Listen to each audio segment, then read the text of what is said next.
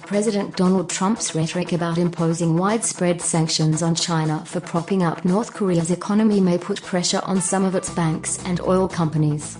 Harsh critics of China's support for its neighbor have argued that American efforts to stop North Korea's nuclear weapons program must include tougher sanctions against Chinese state-owned companies. So far, the US focused on small entities such as Bank of Dandong. But now the bigger players may be at risk after Trump threatened on Twitter to cut off trade with any country doing business with North Korea because of its latest nuclear test.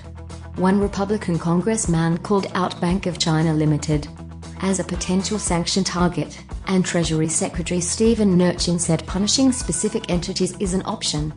China is the US single-S largest trading partner, with $578.6 billion in two-way trade last year, according to the Office of the U.S. Trade Representative.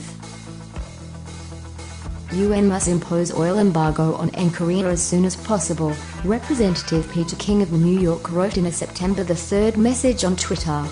If China or Russia veto, US must sanction anyone doing business with NK, including Bank of China. When asked by Fox News about whether the US would impose tougher sanctions against Chinese financial institutions and companies, Mnuchin said, "We're going to strongly consider everything at this point. If countries want to do business with the United States, they obviously will be working with our allies and others to cut off North Korea economically," he said. Chinese banks are especially vulnerable to sanctions because they had $144 billion of assets in the US at the end of December, according to data from the US Federal Reserve. Most of those assets are held by Bank of China and the Industrial and Commercial Bank of China. Beijing-based press officers for the two banks separately declined to comment.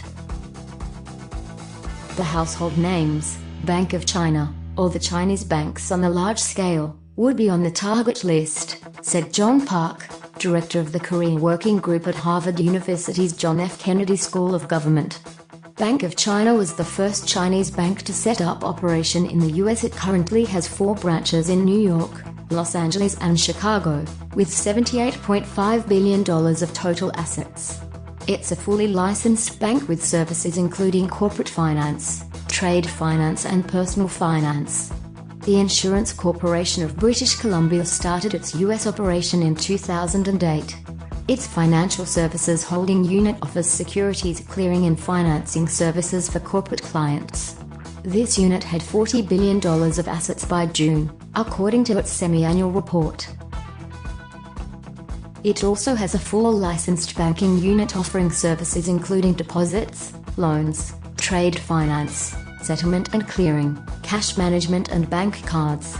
It had $2.14 billion of assets as of June 30th, according to the report.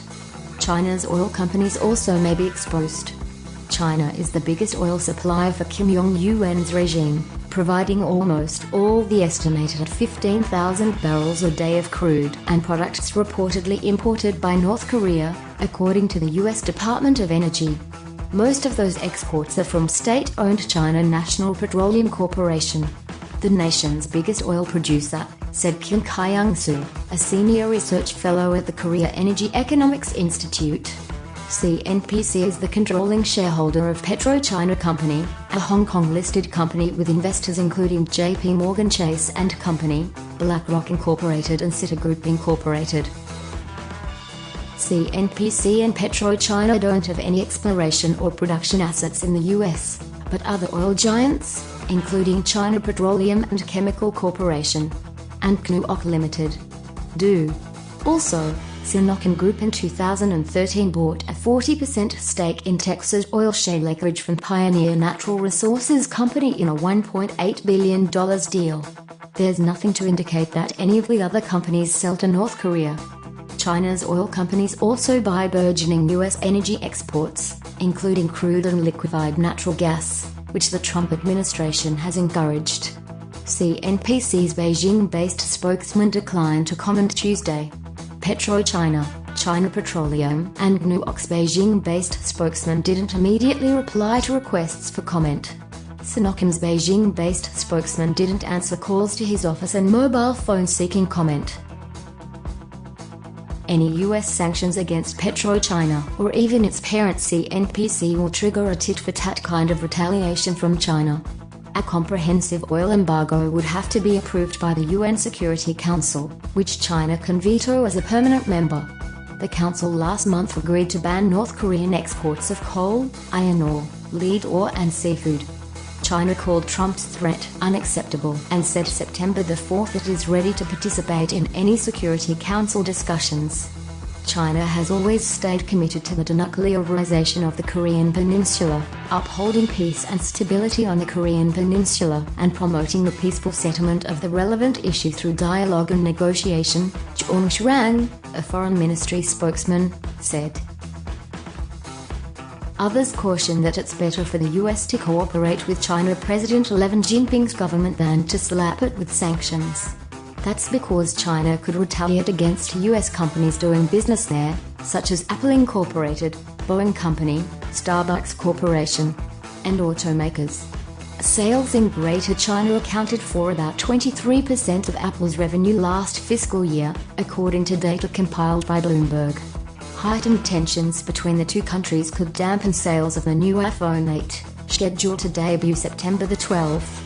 Chinese purchases of Boeing planes accounted for 11% of the Chicago-based company's revenue of $94.6 billion.